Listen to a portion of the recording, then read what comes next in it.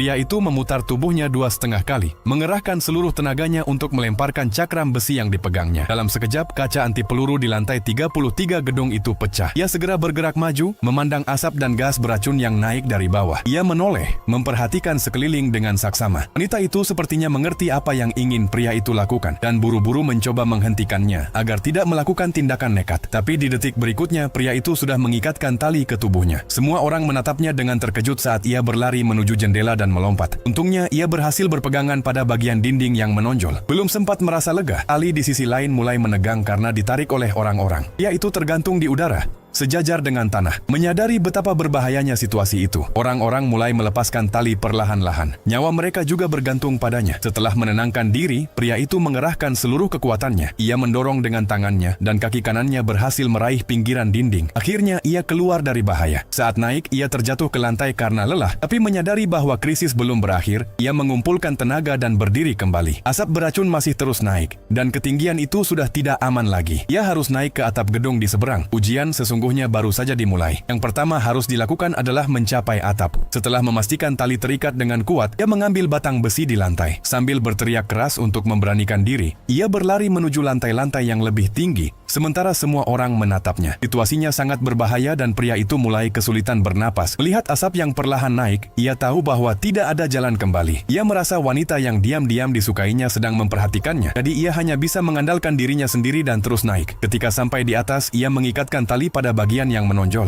Lalu dengan tangan dan kaki, ia meloncat ke sebuah pilar batu di dekatnya. Ia mengulurkan tangan kanannya ke sebuah balok. Saat sudah siap, ia melepaskan pegangan. Kedua tangannya berpegangan kuat pada dinding yang menonjol. Pria itu tergantung di udara. Di bawah tatapan semua orang, ia berhasil mencapai sisi lain jendela. Setelah menemukan tempat yang aman, ia kembali mengikatkan tali. Mengambil napas dalam-dalam, ia berjalan di sepanjang dinding luar. Untungnya ada batu-batu menonjol yang bisa dipijak. Berkat itu, ia bisa beristirahat sejenak. Ia tidak tahu sudah berapa lama ia memanjat, tapi ia harus berhenti karena tali yang melilit tubuhnya mulai menyulitkannya. Meski dicoba berkali-kali, talinya tidak bisa dipanjangkan lagi. Saat itu, ia hanya punya satu pilihan. Melihat atap yang sudah begitu dekat, ia sadar bahwa ia harus melepaskan tali itu kalau ingin terus naik. Kalau kembali ke tempat semula, semua usahanya akan sia-sia. Dan kalau kembali pun, asap sudah pasti akan mencapai lantai itu. Dan ia hanya bisa menunggu kematian. Akhirnya, ia melepaskan tali itu dan terus memanjat. Tanpa perlindungan apapun, pria itu mencapai rintangan terakhir.